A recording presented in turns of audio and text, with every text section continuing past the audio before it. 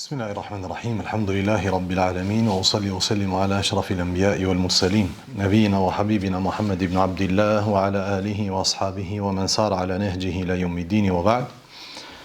Allahun jalla wa ala falenderojm, salavat dhe selamet tona mbi pejgamberin ton Muhammedin sallallahu alaihi wasallam, i dërgojm mbi familjen e tij, mbi shokët e tij dhe mbi gjithë ata të cilët rrugën e këtij pejgamberi deri në ditën e gjykimit e pasojnë. Dhe vazhdojmë të shfletojmë pjesë nga jetëshkrimi i pejgamberit Allahu sallallahu alaihi wasallam. Jemi në vitin e parë të hijretit pejgamberit Allahu sallallahu alaihi wasallam në Medinë. Edhe thjesht si përkujtim të cekim disa prej gjërave më të rëndësishme të cilat kanë ndodhur në këtë periudhë, në ditët e para të ardhjes së pejgamberit Allahu sallallahu alaihi wasallam në Medinë. Përpos 3 parimeve mbi të cilat parime i dërguari Allahut alaihi salatu wasallam pa të ndërtuar shoqërinë e Medinës. Veç atyre kemi cek Islamin e Abdullah ibn Salamit radhiyallahu ta'ala anhu, kemi cekur ose thjesht kemi aluduar në mënyrë indirekte për smundjen e cila ishte përhapur në Medinë dhe e njëjta më pas ishte larguar nga Medinja në Gjuhfe. Kemi cek martesën e pejgamberit Allahu sallallahu alaihi wasallam me Aisha radhiyallahu ta'ala anha, kemi cekur ligjësimin e ezanit dhe plotësimin e namazit nga 2 rekate në 4 rekate. Kemi cekur rojtarin e pejgamberit Allahu sallallahu alaihi wasallam në ligjëratën e kaluar dhe sot me lejen Allahu te bareke ve teala do të cekim një gjë të re, e cila është tepër e re dhe e cila do me thonë nuk ka ekzistuar në periudhën e parë të Islamit, sidomos në Mekë, madje as në muajt e parë pas ardhjes së pejgamberit Allahu sallallahu alaihi wasallam në Medinë. Me këtë i dërguari Allahu sallallahu alaihi wasallam pasi ka organizuar jetën shoqërore në Medinë, pasi që pejgamberi Allahut alaihi salatu wasallam i patudhzuar sahabet se si ata duhet të ngarkohen ose si ata duhet të stolisen me devotshmëri për të vazhduar rrugtimin në të ardhmen, sa i përket rrugtimit të tyre drejt Allahut te bareke ve teala, sa i përket përvetësimit të virtyteve të cilat i don Allahu te bareke ve teala. Gjitha këto i dërguari Allahut alaihi salatu wasallam forma të ndryshme i ka rregulluar gjëra të cilat kanë të bëjnë me banorët e Medinës, qofshin ato musliman ose jo musliman, sepse ju e dini që i dërguari Allahu sallallahu alaihi wasallam pa të bën marrëveshje të veçantë mes muslimanëve, ensarëve dhe muhaxhirinëve, dhe marrëveshje të veçantë e cila kishte të bëjë me muslimanët dhe jo muslimanët. Dhe i dërguari Allahu sallallahu alaihi wasallam vazhdimisht i edukonte sahabët për një koncept të ri i cili nuk ekzistonte në Mekë, ai është koncepti i nifakut. Por ama kjo gjë e re e cila do të vinë do të ligjësohet tashmë në Medinë, nuk është diçka me cilën ishin ballafaquar sahabët në të kaluarën. Qëllimi i kësaj është që i dërguari Allahu sallallahu alaihi wasallam të zgjeron në rrethin e sigurisë për rreth Medinës. Pse e cekim këtë pikë? Nga se nëse shkojmë pas disa viteve, do të gjejmë që i dërguari Allahu sallallahu alaihi wasallam kur fliste për çlirimet e mëdha, të cilat do t'i bëj Islami në të ardhmen, munafiqin do të tallen me pejgamberin Allahu sallallahu alaihi wasallam dhe do t'i thonë ti flet për çlirime të mëdha, të cilat janë shumë larg nesh, ndërsa ne nuk jemi të sigurt në familjet tona, madje disa prej nesh nuk janë të sigurt të shkojnë të kryejnë nevojat e tyre fiziologjike. Andaj pejgamberi Allahu sallallahu alaihi wasallam nga ardhja e tij në fillim në Medinë, synim e kishte ta siguron Medinën që banorët e Medinës të jenë sigurt dhe të siguron periferinë e Medinës, që lëvizja mes periferisë dhe qendrës së Medinës për banorët e Medinës të jetë e lirë. Çështja e dytë, përmes këtij ligjësimi të ri, i dërguari Allahu sallallahu alaihi wasallam donte që të siguron rrugë të reja të përhapjes së fesë Allahu xhelle xhelaluhu jashtë Medinës. Për shkak se deri në këtë kohë, ai që bënte thirrje në Medinë para ardhjes së muslimanëve në Medinë, kush ishte? Mus'ab ibn Umairi dhe disa prej sahabëve prej ensarëve. Ata bënin thirrje në fenë Allahu xhelle xhelaluhu. Tashmë ky din, i cili ishte një pjesë e tij në Mekë dhe pjesa tjetër kryesisht në Medinë, i dërguari Allahu sallallahu alaihi wasallam synonte që të përhapet kjo fe jashtë Medinës, që njerëzit marrin nga ky udhëzim dhe nga kjo dritë të cilën Allahu te bareke ve teala e pa të zbritur. E treta, pejgamberi Allahu sallallahu alaihi wasallam përmes kësaj dëshiron që të ushtrojë një lloj shtypje politike ndaj Qurayshve, të cilët vazhdonin të bëjnë shtypje ndaj muslimanëve edhe pse ata ishin të dëbuar prej vendeve të tyre.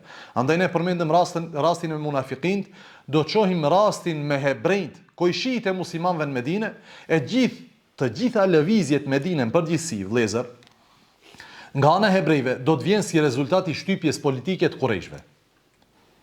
Jo se ne do me thonë nuk i shfaqsojmë ata për thyerjen e besës, dhe se i kanë shkel marrëveshjen me dërguarin Allahu sallallahu alaihi wasallam. Megjithatë, Qurayshët kanë luajtur rol të madh. Pse këta njerëz e kanë thyer besën me pejgamberin Allahut sallallahu alaihi wasallam.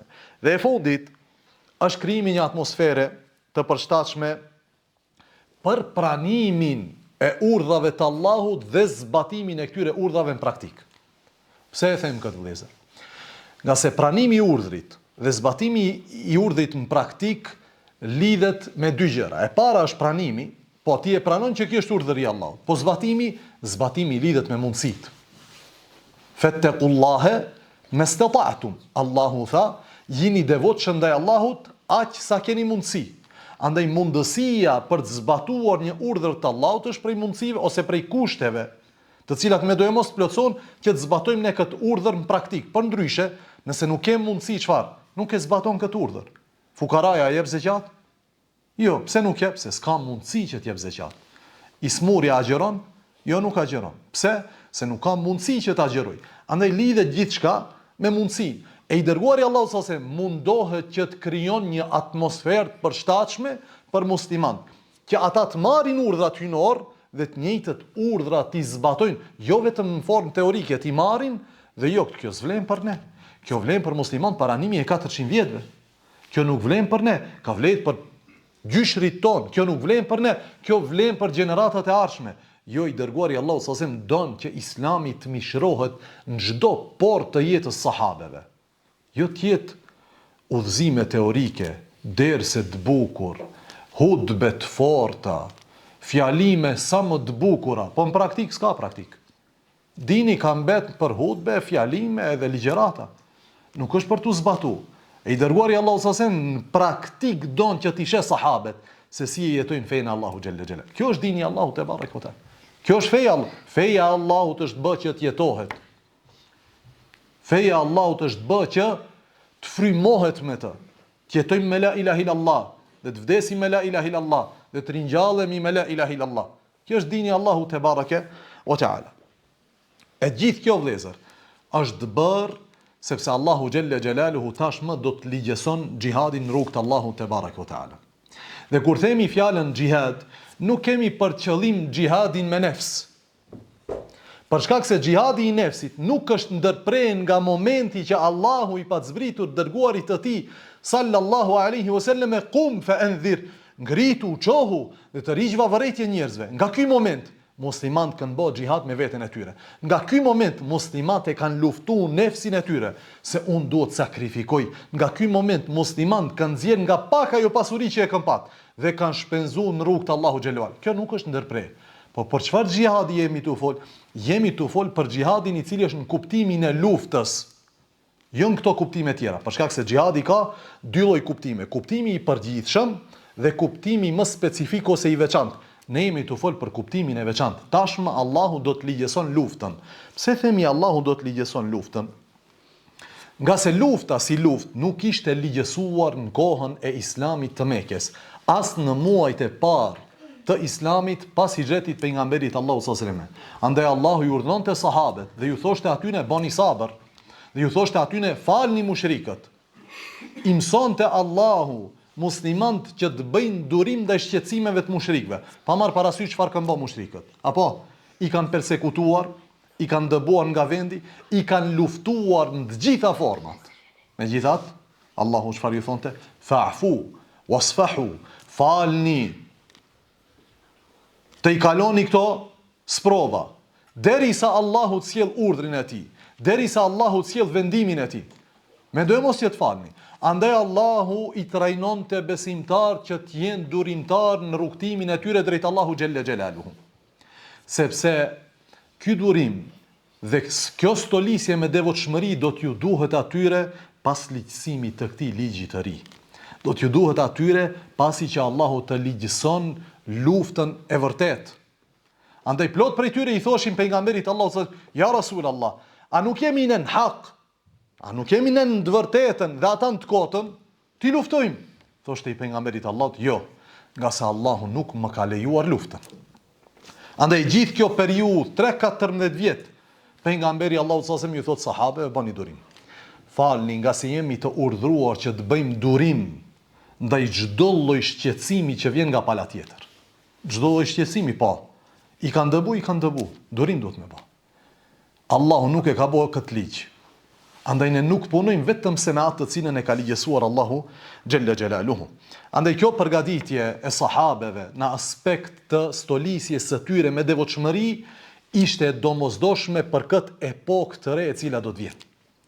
Epoka ku Allahu do të ligjëson këtë gjë, e cila nuk do të jetë e lehtë për nefsin e shumicës njerëzve, ose nuk do të jetë e lehtë për nefsin e shumicës së njerëzve musliman përgjatë historisë, jo kohën e sahabeve. Nga se në kohën e sahabeve, tek ata ishte sem'an wa ta'an, semi'na wa ata'na, u bindëm, dëgjuam dhe u bindëm dhe respektuam. Është krye ajo punë. Mirë po, tek muslimant, deri sa doj Allahu xhelle xhelalu, kjo gjë nuk do të jetë e lehtë për nefsin e tyre, se ka sakrifisë të gjithçka që e ka njeriu. E musliman tashmë kishin bërë një vatan, kishin bërë një tokë ku ata do të kishin mundësi të organizojnë radhët e tyre. Të dihet kush është udhëheci, të dihet kush është komandanti në luftë, të dihet kush duhet pasuar, kush do të bart flamurin, kush do të jep komanda, kush do të merr komanda, kush është ai i cili do të ndihmon me ushqim dhe me pije, kush janë gra që do të marrin pjesë luftë, kush nuk janë, e kështu me radhë. Të gjithë këtë strukturë i dërguari Allahu sa më është dash ta bëj nga një piknisje, nga një vend që quhet El Medine. Përpara kësaj, kjo nuk ishte mundshme, nga se musliman nuk ishin vatan në të cilin ata u pyetshin për kësaj lloj çështjeje. Madje, po që se Allahu ligjësonte xhihadin në rrugt të Allahut, duke qenë musliman në Mekë, kishte ndodhur në Mekë luftë civile e cila do të kaplonte çdo shtëpi në të cilën kishte musliman. Dhe çdo musliman do të luftonte me familjarët e tij, çdo musliman do të luftonte me njerëzit më të afërt të tij dhe kështu do të ishin shkatruar të dy palët. E Allahu xhelle xhelalu e ka vonuar lehtësimin e këtij lloji të ligjit derisa muslimanët kanë ardhur në terren i cili ka qenë i përshtatshëm për ta ligjësuar këtë urdhër të Allahut te barekoteala. Transmeton Ibn Abbas radhiyallahu ta'ala anhuma. Thot Allahu xhelle wa ala zbriti fjalën e tij, udhina lil ladhina yuqataluna bi annahum zulimu wa inna Allaha ala nasrihim laqadir. Ju është dhënë leje atyre të cilët janë duke u luftuar për shkak të padrejtësisë e cila ju bëhet atyre. Ju është dhënë leje për çfarë? Ju është dhënë leje atyre për të luftuar, që tregon se Allahu xhelle xhelaluhu ju pa dhënë leje tashmë muslimanëve që të luftojnë, nga se kjo leje nuk ekzistonte më herët. Andaj sa herë që sahabët mundoshin t'i thonë të dërguarit Allahut, ja Rasul Allah, të dalim kundër tyre me shpata, tha jo, nga se Allah nuk më ka lejuar. Derisa Allahu xhelle xhelaluhu zbret këtë ajet. Dhe kjo është ajo grada e parë e ligjësimit të këtij adhurimi. Thot Allahu, udhina lil ladhina yuqataluna bi annahum zulimu. Ju është dhënë leje atyre të cilëve u është bë padrejtësi për çfarë? Për të bërë luftë. Wa inna Allaha ala nasrihim laqadir. Dhe se Allahu ka fuqi dhe mundësi që t'i ndihmon ata. Thjesht Allahu tash ju thot atyre, ju është dhënë leje. Megjithatë, fitoria nëse vjen nuk është me mundin tuaj. Nuk është me aftësitë tua. Po Allahu është ai i cili jep fitoren, jo ju. Këtë mësim e patën marrë sahabët më herë? Po. 14 vjet më hershme kanë qenë trajnim në këtë gjë. Allahu urdhënon sahabët bëjnë haxh, dhe në mesin e ajeteve të haxhit çfarë ju thot Allahu? Wa tazawwadu fa inna khayra az-zadi at-taqwa. Dhe përgatituni për haxh, nga se përgatitja më e mirë është çfarë? Devotshmëria. E sahabët 14 vjet përgatiten me devotshmëri për këtë moment. Që kur të zbret ajeti, mos thonë, o Allah, na shtyj pak, sikur se kanë thënë tjerët përpara tyre. O Allah, ne tash jemi rahatun këtë vatan të ri. Tash jemi të bërë strukturë të asaj që njihet shtet. A mi njëherë dalim kundër armikut? Allahu thot jo, tash u është dhënë leje. Atyre të cilëve u është bë padrejtësi, dhe se Allahu ka mundësi që atyre t'u jep fitor. Transmeton Ibn Jarir at-Tabari rahimahullah me zinxhir nga Ibn Abbasi radhiyallahu ta'ala anhuma, i cili thot: kur i dërguari Allahut sallallahu alaihi wasallam u dëbua nga Mekja, Ebu Bekri radhiyallahu ta'ala anhu çfarë tha? E dëbuan të dërguarin e Allahut, wa inna lillah wa inna ilaihi raji'un. E dëbuan pejgamberin e Allahut. E fjala inna lillah i thon çfarë? Tergjie. Apo? E tergjie kur thuhet? Kur ndodh një sprov, apo kur ndodh një fatkeqësi, Ebu Bekri çfarë thot? E dëbuam pejgamberin e Allahut. Inna lillah wa inna ilaihi raji'un. Të gjithë jemi të Allahut dhe të gjithë tek ai do të kthehemi. Pastaj thot Ebu Bekri radhiyallahu ta'ala anhu, me siguri këta se do të shkatërrohen, ka për qëllim Qurayshët. Pasi ke dëbu pejgamberin e Allahut, çfarë pret? Shkatrim për ty. Vazhdon dhe thot: atëherë Allahu zbriti udhina lilladhina yuqatelun. Atëherë Allahu zbriti, ju është dhënë leje atyre të cilëve janë luftuar që të dalin në luftë. Tha Ebu Bekri radhiyallahu ta'ala anhu, e kuptova që do të ketë luftë mes nesh dhe atyre. Se shkatrimi i Qurayshëve do të jetë në dorë të kujt? Në dorë të atyre të cilëve u është bë padrejtësi. Ju jeni shkaku dhe mjeti deri në shkatrimin e tyre. Andaj thot Ebu Bekri radhiyallahu ta'ala anhu, kuptova në atë moment që mes nesh dhe tyre do të ketë luftë. Ka kalu koha kur ata kanë bë, kanë shtyp, kanë bë padrejtësi, kanë konfisku pasuri, kanë marrë fëmijë, kanë nda babën dhe nanën dhe gruan nga fëmijët. Ka kalu kjo kohë.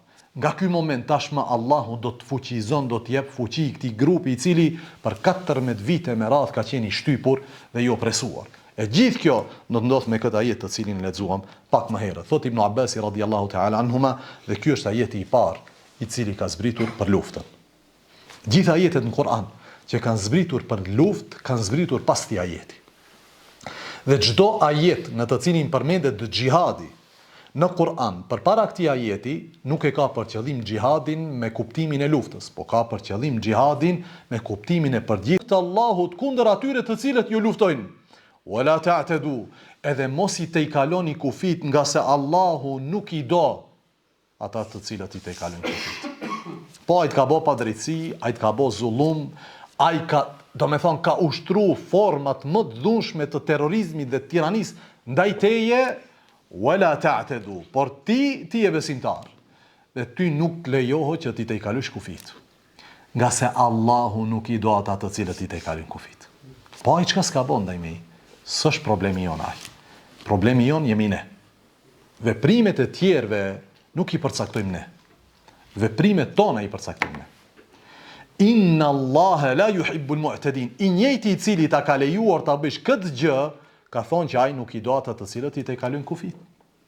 Andaj si e bën një vepër duke pretenduar afrimin ka Allahu, edhe i tejkalon kufit. Dhe kjo ka qenë trajnimi sahabeve nga ditët e para, se çdo veprim i yti, qoftë në paqe apo në luftë, duhet të jetë në përputhshmëri me rizan Allahu xhella xhelalu. Nëse Allahu është i kënaqur, ne e bëjmë. Nëse Allahu s'është i kënaqur, ne largohemi prej saj dhe nuk e bëjmë asnjëherë. Dhe kjo gjë i kanë nxjerr musliman tashmë, sikur se thamë, nga të qenët një komunitet i dobët, të cilin e shtyp një komunitet i cili është me qindra kilometre larg, në një komunitet që më tash do të jetë i fortë, i cili e ka kuptuar se çdo lloj padrejtësie e cila në të ardhmen do të ushtrohet ndaj nesh prej dikujt, sikurse Qurayshët, ai do të fiton të njëjtën gjë të cilën e fitojnë Qurayshët pas ligjësimit të luftës, jo përpara. Andaj ne më nuk do ta bëjmë të njëjtën sjellje ndaj atyre të cilët na dëbojnë, na konfiskojnë pasurinë, na luftojnë politikisht, na luftojnë në mënyrë diplomatike. Jo, ndaj atyre ata do të fitojnë njëjtën që e bëjnë ata, kuptohet brenda suazave të cilat i ka lejuar Allahu te bareke o teala, gjë e cila ju jep më tash muslimanëve një pozitë të veçantë në gadishullin arabik. Gjë e cila do t'i bën Bizantin vëllezër, një ndër perandorit ose dy perandorit mëdha të asaj kohe, perandoria bizantine dhe ajo persiane. Perandoria bizantine në Mu'te do të dërgon ushtri dhe në Tebuk do të dërgon ushtri nga një shtet i vogël i cili ishte i shtrirë në mesin e gadishullit arabik, gjithsesi Medine. Po ku është interesi i Bizantës për ta luftuar këtë? Nga se Bizantët e kanë kuptuar rrezikun e ardhjes së kësaj vale në veri. Andaj kanë dëshiruar që të shkatrojnë këtë mesazh në fillim, që të mos ju mbetet muslimanëve fuqi për të përhapur dritën e Allahut te barek o teala në tokë. Andaj ban dy tentativa që ta bëjnë këtë gjë dhe Allahu xhelle xhelaluhu u dha fitore muslimanëve kundër tyre. Në ballafaqimet e para të muslimanëve vëllezër, me jo muslimant, janë synuar disa gjëra. Kuptohet përpos synimeve të përgjithshme të daljes së muslimanëve në luftë, muslimanët e Medinës kishin disa synime. Synimi i parë ishte të kthejnë një pjesë të pasurive të veta, të cilët Qurayshët ua kishin marrë. Qurayshët bënin tregti me pasuritë e muslimanëve. E paramendoni ju se muslimanët në mesin e tyre, Uthman ibn Affan, Abdurrahman ibn Auf, Abu Bekr dhe tjerët, të cilët kanë qenë prej tregtarëve të njohshëm shoqërinë e Mekës. Këto kanë qenë milionera me fjalorin ton vëllezër. Dhe këtë pasuri ua kanë konfiskuar kush? Qurayshët. Dhe ata bëjnë tash tregti me këtë pasuri dhe kjo pasuri është komunale, është e përgjithshme. Gjithë përfitojnë. Ai thotë valla me pasurinë time. Andaj një prej qëllimeve të daljes së muslimanëve në ekspeditat e para ishte rikthimi një pjesë së pasurisë tonë. Ajo është pasuria jonë, thotë. Si ka mundësi që ai të pasurohet vit pas viti me pasurinë time të cilën e kanë konfiskuar nga unë? Andaj dalin që të rikthejnë një pjesë të pasurisë së tyre. E dyta është ti ndalin Qurayshët nga format e ndryshme të dhunës të cilët ata ushtronin ndaj një pjesë të muslimanëve të dobët Mekë. Se Qurayshët mendonin se s'ka kush na ndalon neve. Kush ka mundësi që të na ndalon neve? Ne çka duam ju bëjmë bijve ton. Ata janë musliman, anis janë bijt ton. Ne ju bëjmë atyre ç'duam ne. E Allahu liçoi këtë gjë që të ndalen Qurayshët nga dhuna të cilën e ushtronin ata ndaj muslimanëve të Mekës. E dyta është të dëshmonin se koha e dobësisë së muslimanëve kishte kaluar dhe se muslimanët prej sot më nuk janë të dobët. Dhe se ata kanë fuqi dhe me këtë fuqi ata do t'ju kundërpërgjigjen Qurayshëve dhe gjithë atyre të cilët bëjnë aleancë me Qurayshët. Dhe e fundit vëllezër ishte që ta ngrenë zanin kundër çdo lloj padrejtësie, pa marrë parasysh a bëhet kundër muslimanëve apo kundër të tjerëve. Dhe kjo është bukuria e dinit Allahut te barekotal. Nëse ne kemi diçka vëllezër, posedojmë diçka e cila është e mirëfillt, nuk e shfrytëzojmë vetëm dobin tonë. E shfrytëzojmë dobin tonë dhe gjithë njerëzve të shtypur, pa marrë parasysh a janë me ne apo nuk janë me ne. Kush është i shtypur, ai gjen strehim tek Islami dhe tek muslimanët. I shtypur i përgjithmonë nga dita që ka ardhur i dërguari i Allahut, alayhi salatu wasalam, këtë dynja ka gjetë strehim tek muslimanët. A ju kujton juve hebrejt e mesjetës? Te kush kanë gjetë strehim ata? Hebrejt e shtypur të Andaluzisë, te kush kanë gjetë strehim? Kanë gjetë strehim tek muslimanët. Mu këta njerëz të cilët sot kanë mbush tokat e Palestinës me kolonitë e tyre dhe ushtrojnë forma të ndryshme të terrorizmit edhe të opresionit ndaj banorëve origjinal të vendit, gjyshrit e këtyre janë gjyshrit e shtypur të Evropës të cilët kanë gjetë strehim tek gjyshrit tonë, vëllezër. Kjo është ironia në këtë muhabet. Andaj muslimanët gjithmonë kanë qenë ata të cilët kanë qenë me shtypurit, nga se kështu na ka mësuar dini Allahu te barekotal. Se thot pejgamberi Allahu sallallahu alaihi wasallam, "Adh-dhulmu dhulumatun yawm al-qiyamah", që padrejtia është errësirë në ditën e gjykimit. Dhe pejgamberi Allahu sallallahu alaihi wasallam e dërgon Muadhin dhe Aliun dhe Abu Musa al-Ash'ariun në Yemen, dhe po ju thot atyre dhe dije ittaqi da'wat al-madhlum, kujdes nga lutja atij të cilit i bëhet padrejti, sepse mes tij dhe Allahut nuk ka perde.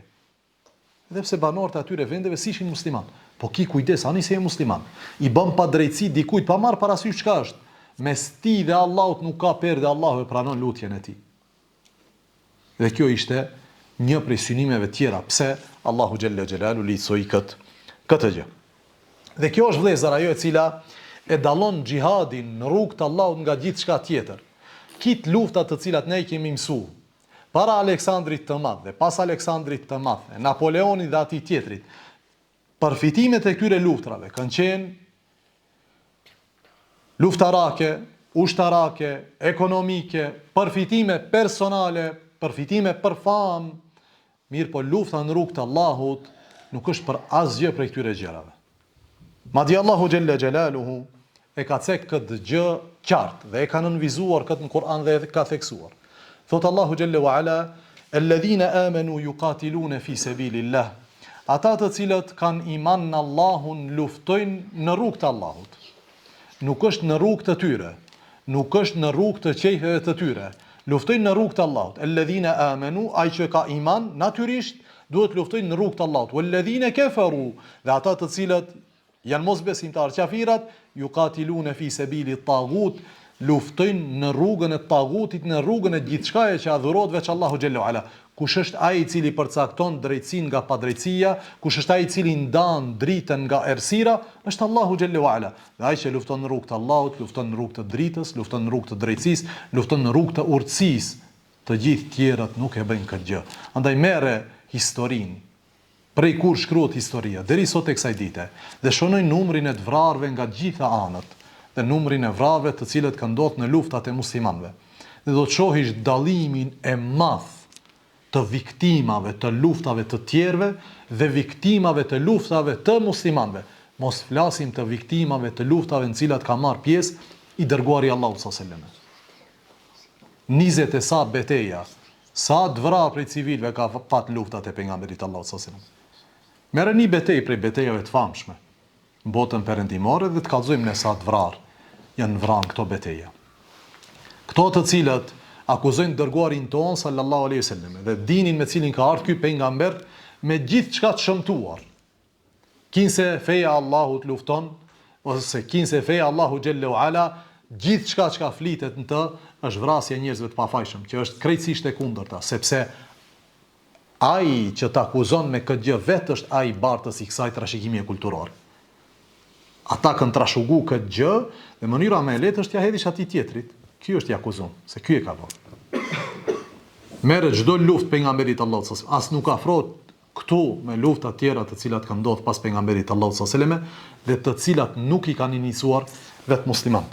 Tha pejgamberi Allahut sallallahu alaihi wasallam në një prej betejave kur dërgonte sahabët për luftë, "Ughzu bismillah", luftoni në emër të Allahut. Lufta nuk është në emër tënd. Luftoni tha në emër të Allahut xhalla xjalaluhu, fi sabilillah, në rrugë të Allahut xhalla xjalaluhu. Tha pejgamberi Allahu sallallahu alaihi wasallam, "Ughzu wala taghullu", tha luftoni es mos tradhtoni, mos merr nga plaçka e luftës, nuk takon ty kjo. Ughzu wala taghullu, mos merr as pak, nuk takon plaçka e luftës, nuk është vendimi jot që të marrësh prej plaçkës së luftës. Vazhdon dhe thot pejgamberi sallallahu alaihi wasallam, "Wala taghduru", as mos tradhtoni, sallallahu alaihi wasallam, "Wala tumathilu wala taqtulu walidan", as mos masakroni, as mos vritni fëmijë. Alayhi salatu wasallam.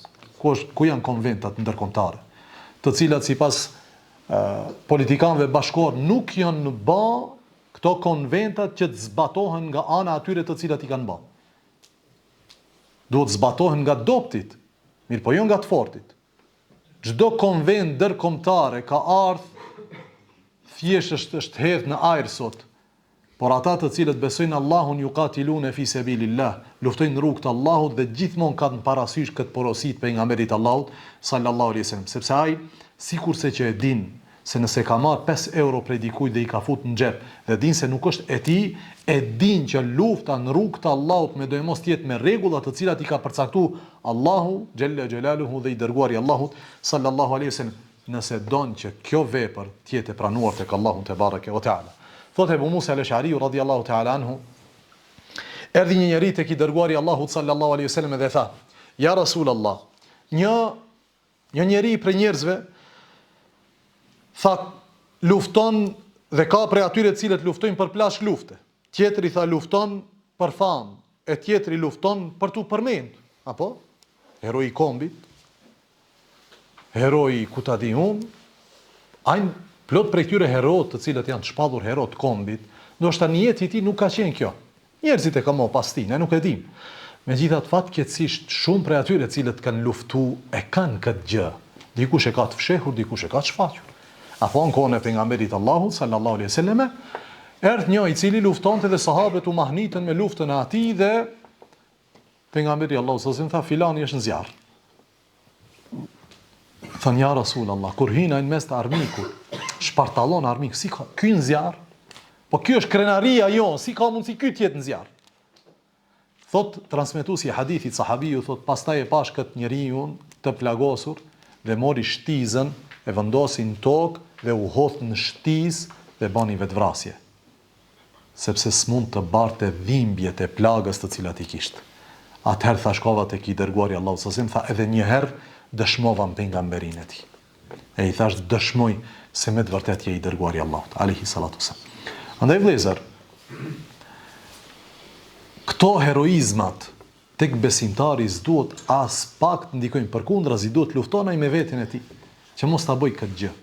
Kështu kanë qenë sahabët e pejgamberit Allahu sallallahu alaihi wasallam, e kanë mbuluar fytyrën e tyre derisa njerëzit përreth tyre nuk e kanë ditë se kush janë. Lexonin historitë më të famshme të sahabeve që kanë dalë në fushë beteje dhe shihni se shumë prej tyre nuk janë njoft. Mesin e tyre ka pat tabiin, se kanë ditë se ky është sahabe i pejgamberit Allahut alayhi salatu wasallam. I shtyr në mosh, ka dalë me tabiin, kërkush se ka ditë emrin si e ka. Është vrarë, kanë varrosur, mbasi e kanë vrarë, kanë kuptuar se është sahabe i dërguarit Allahut sallallahu alaihi wasallam. E pyeti ki sahabe pejgamberin Allahut sallallahu alaihi wasallam, kush prej tyre është fi sabilillah? Kush prej tyre lufton në rrugt të Allahut? Tha i dërguari Allahut sallallahu alaihi wasallam, men qatala li takuna kalimatullah hiya al-ulya fa huwa fi sabilillah. Kush lufton që fjala Allahut të jetë më e larta, ky është në rrugt të Allahut. Po ky kriter është tepër i ngushtë. Po duket i gjerë, po don shumë xhihat të brendshëm përpara se njeriu ta shfaqë atë në fushë betejë. Shumë don. Ka se nuk është diçka që duket. Po, gjithë duke njëjtë. Po para Allahut kur dalin, ky veprim i secilit prej tyre nuk është në kantar i njëjtë me atij tjetrit. Secili dallon nga i tjetri. E pejgamberi Allahu sallallahu alaihi wasallam ka zhvilluar një numër të madh të betejave. Për këtë shkak në një prej haditheve më të njohura për emrat e pejgamberit Allahu sallallahu alaihi wasallam, pejgamberi Allahut alaihi salatu wasallam emërton veten e tij Nebiu Rahmeti, i dërguari i mëshirës, dhe emërton veten e tij Nebiu El Melhame, pejgamberi i fushë betejës ose i kasaphanes, për shkak se Melhame në atë kohë lufta është bërë me shpatë, kuptohet që janë prej njerëzit. E pejgamberi Allahu sallallahu alaihi wasallam tha ene Nebiu Rahmeti, un jam pejgamberi i mëshirës, por ama jam edhe pejgamberi i fushë betejës, për të na treguar një gjë. Se Islami vëllezër trajton problematikat njerëzore pa marrë parasysh a janë këto problematika të paqes, a janë problematika që kanë të bëjnë me dhunën, dhe eskalimi i dhunës ose deeskalimi i situatës në një dhunë më të madhe quhet luftë. Dhe Islami e trajton këtë gjë, po e trajton. Islami e trajton këtë gjë.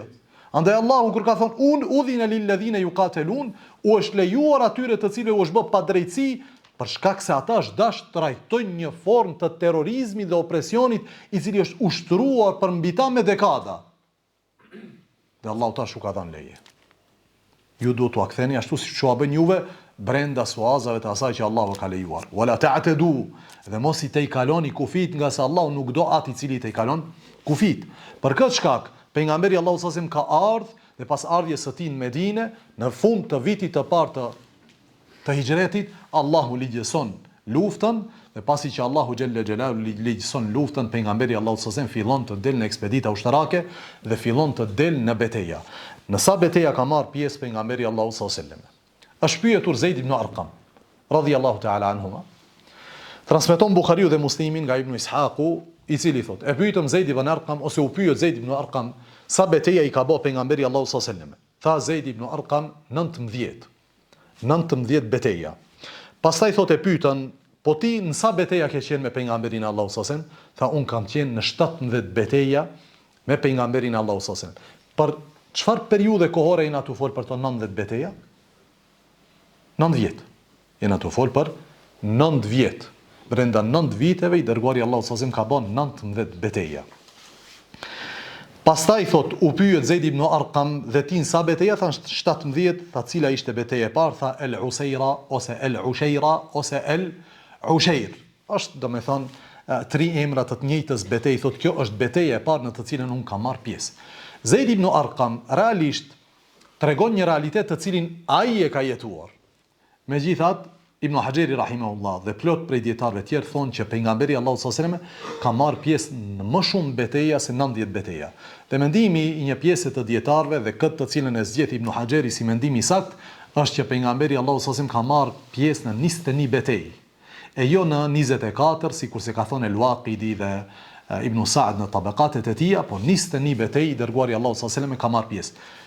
Pse është kjo divergjencë mes dietarëve të sirrës për numrin e betejëve të cilat ka marrë pjesë pejgamberi Allahu sallallahu alaihi wasallam? Kryesisht është në betejat të cilat janë të paraafërta njëra me tjetrën. Për shembull, beteja e Hendekut dhe beteja e Beni Quraidhas. A është një betejë apo janë dy?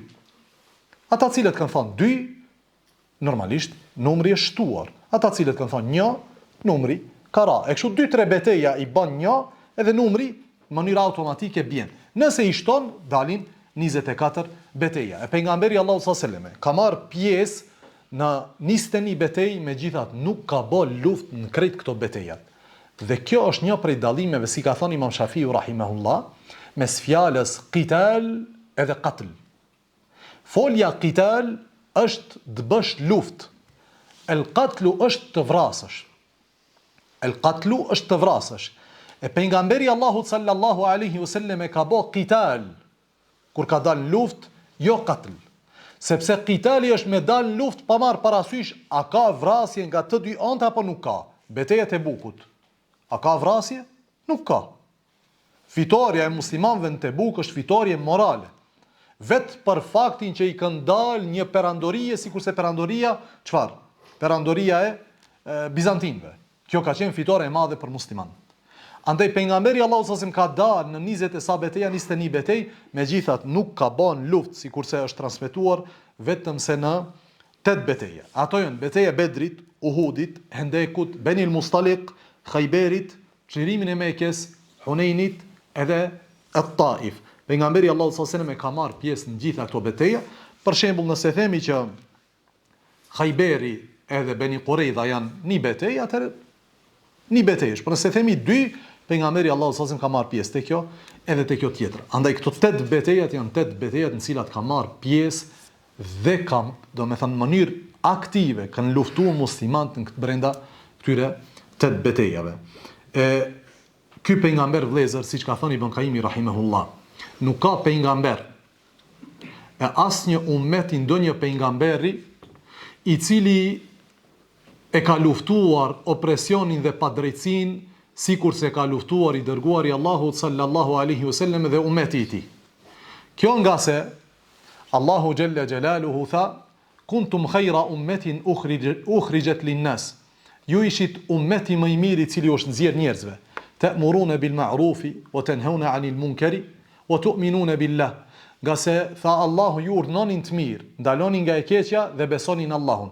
Dhe prej urdhnimit në të mirë dhe ndalimin nga e keqja ndonjëherë është që njeriu do të duhet me do e mos që del në luftë kundër opresorit, atij i cili e shtyp dhe atij i cili përhap fesad në tokë. Andaj ummeti pejgamberit Allahut sallallahu alaihi wasallam në krye me pejgamberin Allahut alaihi salatu wasallam, siç thotë Ibn Qayyimi, janë ummeti i cili më së shumti kanë marrë pjesë në luftat kundër zullumqarëve dhe për këtë ka dëshmuar edhe historia e vet pejgamberit Allahut sallallahu alaihi wasallam dhe më pas historia e muslimanëve deri sot e kësaj dite. Lut Allahu xhallahu ala që Allahu të na vetëdijson neve, të na jep dituri të dobishme. Na bën prej atyre të cilët e mësojnë Islamin, e jetojnë Islamin dhe shkojnë tek Allahu xhalla xhelaluhu me Islam. Lut Allahu xhallahu ala që Allahu të jep krenari umetit të pejgamberit Allahut sallallahu alaihi wasallam. Wa akhiru da'wana alhamdulillahi rabbil alamin.